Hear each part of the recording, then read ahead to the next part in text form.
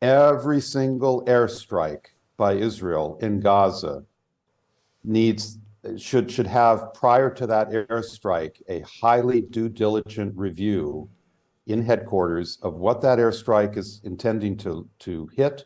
Is it a military objective? What is the possible civilian exposure?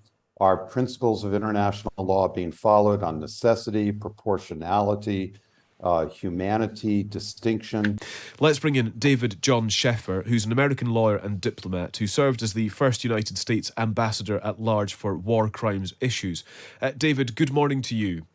That Israel, to some extent here, has thrown away the status quo. Would you agree with that? And what is your analysis of what that means? What are the implications of Israel giving up on the status quo, I suppose, of the last couple of weeks? I think it's because of the manner in which the assault took place on October 7th. This was an exceptionally different kind of attack by Hamas. I think if there had only been rocket fire, a huge fuselage of rocket fire, and leave it at that, even though all of those rockets are aimed at indiscriminately, essentially, at civilian areas in Israel, I don't think you would have seen this kind of response.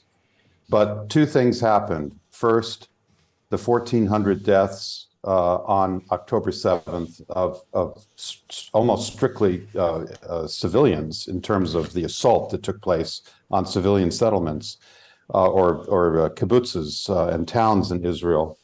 And then the taking of the 250 hostages. You put those two factors together, and Israel is essentially cornered. It has to respond in a far different way than if it had simply been a missile, fuselage on October 7th. So that definitely broke the status quo. And of course, in responding to such an egregious attack and atrocities on October 7th, Israel has to, as everyone has seen, is having to deal with allegations against it for the way in which it is now responding and the nature of that response, which we can get into. I'm just saying that it's such an exceptional event that triggered it that I think we're now coping with. That's really interesting. An exceptional event that triggers it. And so I want to put alongside that comment David, just for your expertise, what emerged from John Kirby, the US National Security spokesman, saying yesterday evening, as this situation was escalating, that although sort of President Biden has been seen to sort of set the parameters, if you like, and sort of navigate to the diplomatic efforts here, the US was not going to draw red lines for Israel and how they prosecute the war, but would continue to have conversations about the manner in which they're doing this.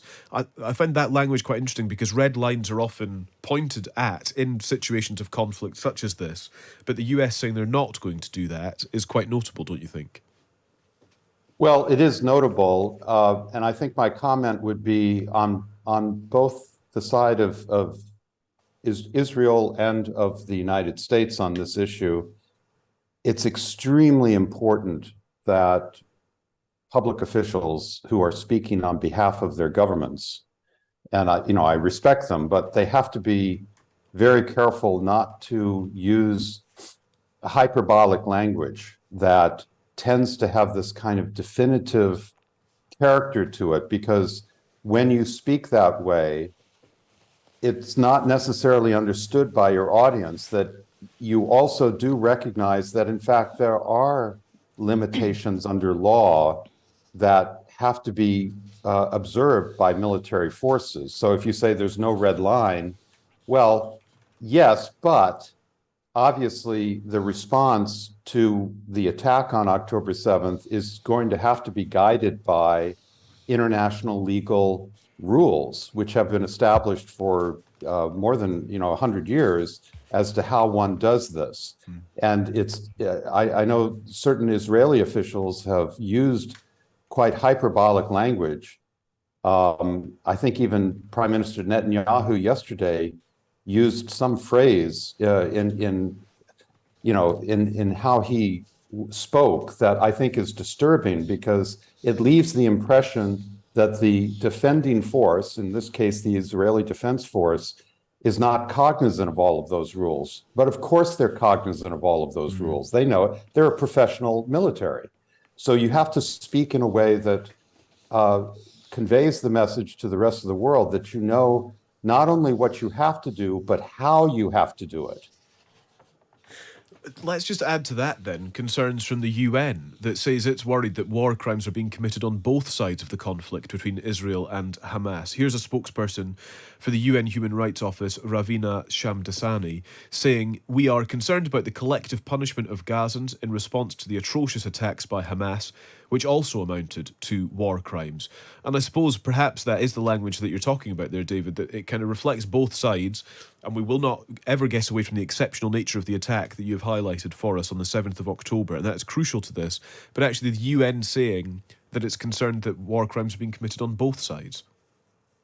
Yeah, and that's an expression of concern. I just think that it's a bit too early to conclude that the Israeli actions in Gaza, which are airstrikes primarily, but now they include these incursions, over the last couple of days or so that we're reading about, that these are necessarily intentionally done with a punishment philosophy, what we would almost call in law, the criminal intent to do X, Y, or Z.